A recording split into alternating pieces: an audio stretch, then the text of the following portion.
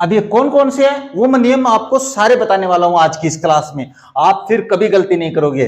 अब बात करते हैं, जैसे यहाँ पे सबसे पहले बात करें तो सबसे पहली बात यह है, अगर आरवी, अब आप समझ गए होंगे, आरवी के वाक्य में ऑब्जेक्ट नहीं हो तो आरवी को नहीं बदला जाता है। आरवी मतलब से, सेज और सेड को नहीं बदला जाता है, को नहीं बदला जाता है। ये बात सबसे पहले है, ध्यान में रखनी है, क्योंकि बड़ी इंपॉर्टेंट बात है। अगर आरवी के वाक्य में ऑब्जेक्ट नहीं है तो अपन इनको नहीं बदलते हैं, जैसी आई वैसी की वैसी रखते हैं। अब इसके बाद में बात करते हैं, एक एग्जांपल लिखवाता हूं। जैसे एग्जांपल की बात करें तो जैसे ही सेड, और वाक्य ऐसे आएगा, बिल्कुल मैं बता रहा हूं वैसे। He said my name is Amit, और वाक्य कर दिया मैंने कंप्लीट इन्वर्टेड कॉमा में।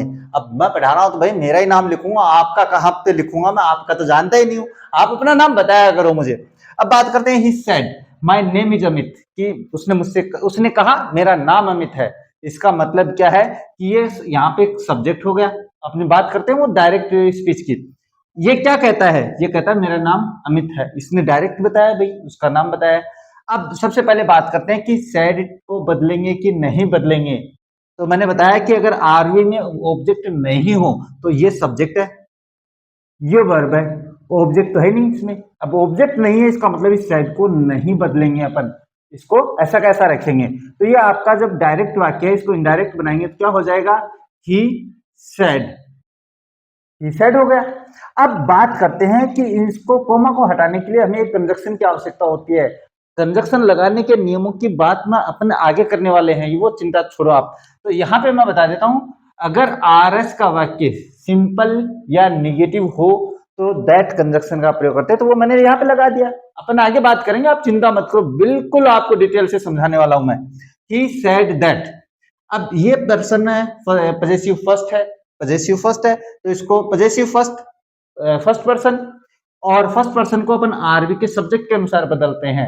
ये नियम सारे मैं आगे करवाने वाला हूं, पर्सन बदलने के नियमों में। तो ये फर्स्ट पर्सन आरवी के सब्जेक्ट के अनुसार यहाँ पे हो जाएगा हिज।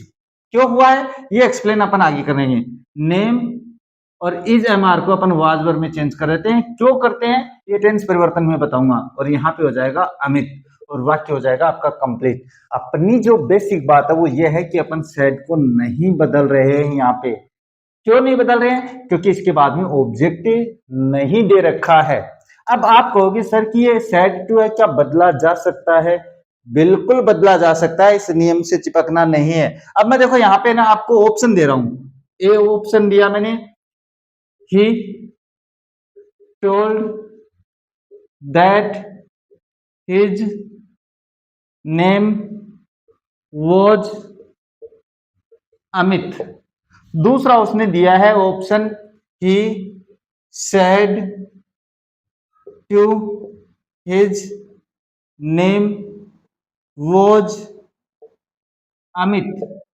तीसरा उसने सी ऑप्शन दिया है, ही आस्क्ड, ही नहीं सॉरी यहाँ पे he said if his name was Amit. ये हो गया।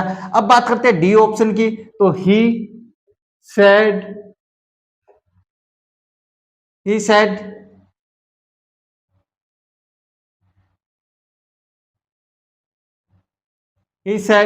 what his name was, और अमित यहां पे कर दिया कंप्लीट। अब ये चार ऑप्शन आ गए आपके एग्जाम में। अब ये चारों ऑप्शन आप लोगों को देखने हैं सही तरीके से। अब मैंने तो लिखवा दिया, अगर आरवी में ऑब्जेक्ट नहीं है, आरवी के वाक्य में ऑब्जेक्ट नहीं है, तो वहां पे क्या है, अपन सेड को नहीं बदलते हैं। इसमें तो बदल रखा है, बाकी सभी में नहीं बदल रखा है। लेकिन ये वाक्य गलत क्यों है, क्योंकि यहाँ पे टू कंजक्शन लगा दिया इसलिए गलत है, यहाँ पे इफ कंजक्शन लगा दिया ये गलत है, यहाँ पे व्हाट कंजक्शन लगा दिया ये गलत है। अब ये क्यों गलत है इसके लिए अपन आगे ध्यान से सुन लेना। बस मैं बता रहा हूं कि अगर ऑप्शन ऐसा आ जाए तो ये आपका सही है, क्योंकि इसमें इसने टोल्ड कर रखा है, कोई दिक्कत नहीं है, कंजक्शन भी सही लगा रखा है, बाकी नियम भी सही है, तो आपका ऑप्शन ये सही हो जाता है। इसका मतलब ये नहीं है कि अगर सर ने कह दिया कि आरवी के वाक्य में ऑब्जेक्ट नहीं हो तो सैड को नहीं बदलते हैं या सहज को नहीं बदलते हैं, आपके ऑप्शन पे डिपेंड करता है, लेकिन मोस्टली नहीं बदला जाता है, ये आपको दिमाग में रखना है। तो ये बात आपको ध्यान में रह जाएगी होगी। पहला नियम आपको ध्यान में रखना है कि अगर आरवी के वाक्य में ऑब्जेक्ट नहीं हो तो से या सहज या सैड को नहीं बदला जाता है। अब एक एग्जांपल और बताता हूं मैं इसका, इसके बाद में बात करते हैं आगे।